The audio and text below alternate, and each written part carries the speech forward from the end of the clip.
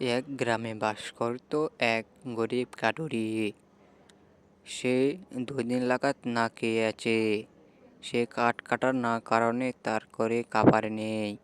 সে বসে বসে চিন্তা করতে লাগলো, আজকে যদি কাঠ না কাটতে যাই তাহলে বোধহয় আজকেও কপালে খাবার জুটবে না। এই কথা চিন্তা করতে করতে সে ভাবতে লাগলো, আজকে ওই জঙ্গলের গভীরে যাব, তাহলে মনে হয় অনেক কাঠ কাটতে পারবো। এসব চিন্তা করতাছে আর ভাবতাছে, যেভাবে হোক নিজে নিজে কাঠ কেটে আনবো। তারপর সে এসব ভাবতে ভাবতে ভাবতে অনেক সময় কেটে যায়। তারপর সে কাঠ কাটার উদ্দেশ্যে জঙ্গলে যাওয়ার জন্য রওনা হলো। তার হাতে একটি ধারালো কুড়াল। সে কুড়াল দিয়ে সে কাটবে কাঠ। তারপর সে হাঁটতে লাগলো আস্তে আস্তে।